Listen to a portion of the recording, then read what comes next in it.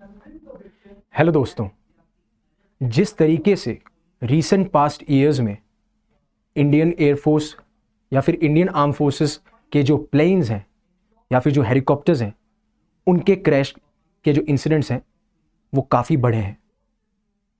And mostly आपको याद होगा कि जिस तरीके से हमने हमारे सीडीएस जनरल बिपिन रावत को खोया जब एक हेलीकॉप्टर क्रैश होता है, और एक इंसिडेंट हमने सितंबर में भी ऑब्जर्व किया जब एक मिग 29 फाइटर जेट जो है वो राजस्थान के बाड़मेर डिस्ट्रिक्ट में क्रैश होता है।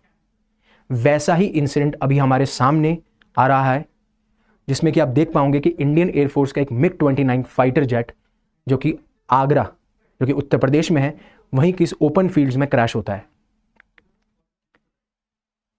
लकीली इसमें कोई कैजुअलिटीज अभी तक रिपोर्ट नहीं की गई हैं और जो पायलट्स थे वो अपने आप को सक्सेसफुली इजेक्ट कर लेते हैं उससे पहले जब एयरक्राफ्ट ग्राउंड को हिट करता और जब उसमें आग लगी।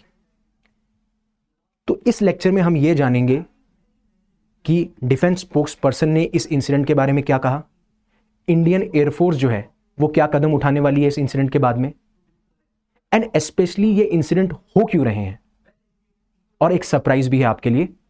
तो आप 2 या 3 मिनट बाद पाएंगे कि वो सरप्राइज क्या है। और उसके बाद में हम ऐसे इंसिडेंट्स पे भी देखेंगे जो कि रीसेंट ईयर्स में ऑब्जर्व किए गए हैं। तो हेलो, मेरा नाम है युवराज सिंह शेखावत और आपका बहुत बहुत स्वागत है करंट अफेयर्स डिकोडेड पे। तो जैसा मैंने आपको बताया कि इंडियन एयरफोर्स का मिग 29 फाइटर जेट जो है वो क्रैश होता है open fields of Agra, Uttar Pradesh.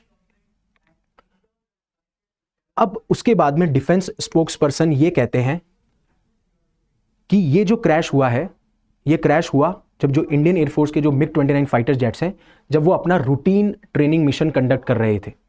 जो रूटीन लेवल पे ट्रेनिंग सॉर्टीज रहते हैं या फिर जो ट्रेनिंग मिशंस कंडक्ट किए जा रहे थे उस दौरान हुआ।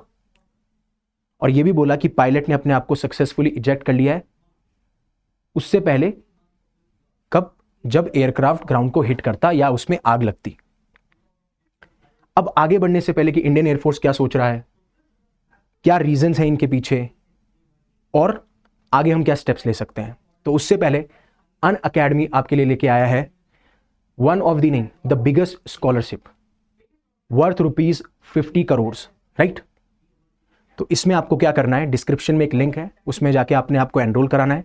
अन अकेडमी 10 नवंबर को यूपीएससी सिविल सर्विसेज के लिए आपके लिए एक स्कॉलरशिप इवेंट लाया है जहां पे आप 11 बजे और 5 बजे अपना टेस्ट दे सकते हैं और स्कॉलरशिप अवेल कर सकते हैं। बट इस स्कॉलरशिप के साथ साथ आप जो भी विनर्स होंगे वो एक ट्रिप विन कर सकते हैं जहां पे वो बॉर्डर गावस्कर ट्रॉफी को अटेंड कर सकते हैं, वो अपनी फैमिली के लिए एक लग्जरियस डोमेस्टिक ट्रिप पे जा सकते हैं, साथ साथ में लैपटॉप, टैबलेट, स्मार्टफोन्स और काफ़ी सारे ऐसे प्राइजेस जीत सकते हैं। तो प्लीज़ एनरोल लिंक में जाइए, डिस्क्रिप्शन में आपको एनरोल लिंक मिलेगा, उसमें एनरोलमेंट कीजिए एंड ज़रूर से ज़रूर आप अन अकेडमी की स्कॉलरशिप में पार्टिसिपेट कीजिए। तो आगे बढ़ते हैं। तो अब इंडियन फोर्स का ये रिस्पॉन्स आया है कि उन्होंने इंक्वायरी इनिशिएट कर दी है जिससे कि ये पता लगाया जाएगा कि क्या ऐसे रीजंस थे जिसकी वजह से ये क्रैश हुआ। बट मोस्टली अभी प्राइमा फेसी लेवल पे यही पाया जा रहा है कि सिस्टम में माल फंक्शन होने की वजह से ये इंसिडेंट हुआ, राइट। इसमें यह भी बताया गया कि किस तरीके से सोर्सेज जो हैं वो ये बता रहे हैं कि जो ट्रेनिंग मिशन चल रहा था, तो ये जो ट्रेनिंग फ्लाइट है ये टेक ऑफ करती है, ओरिजिनेट करती है आदमपुर एयरबेस जो कि लोकेटेड है जालंधर के अंदर।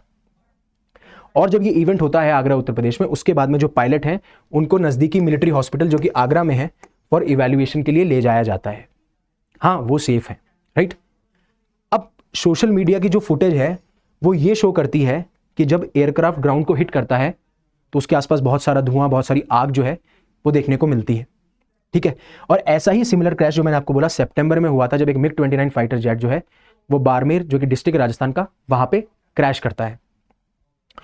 अब इंपॉर्टेंट रीजन ये है कि इस वाले रीजन में सिस्टम मालफंक्शन था, किसी में कोई टेक्निकल ग्लिच आ गया।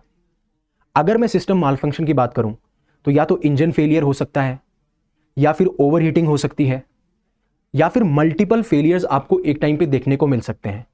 बट अब इंडियन एयरफोर्स ने इंक्वायरी इनिशिएट कर दी है तो उससे पता हमें चलेगा कि एग्जैक्ट रीजन क्या था।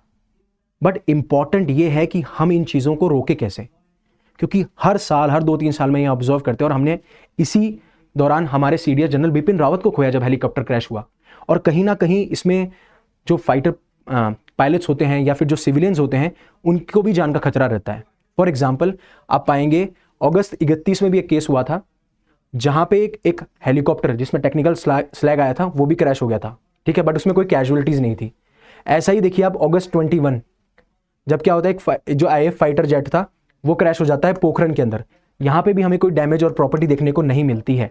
बट अगर कोई डैमेज प्रॉपर्टी का नहीं है, लॉस ऑफ लाइफ्स नहीं है, इसका मतलब ये नहीं है कि हम ये ध्यान ना दें कि क्या ऐसे रीजंस हैं जिसकी वजह से ये क्रैशेस अगेन एंड अगेन हो रहे हैं, राइट।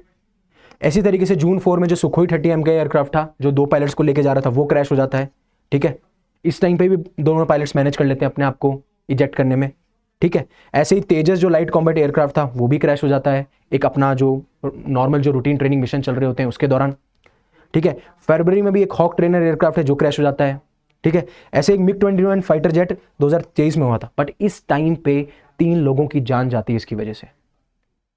और ये हमारी इंडियन आर्म फोर्सेस के लिए बहुत कंसर्निंग मैटर है कि जो हमारे फाइटर ना खाली फाइटर पायलट की लाइफ से रिगार्डिंग, बट इंपॉर्टेंट ये भी है कि इन फाइटर प्लेन्स में क्या ऐसे इश्यूज आ रहे हैं जिसकी वजह से ये क्रैशेस देखने को मिल रहे हैं।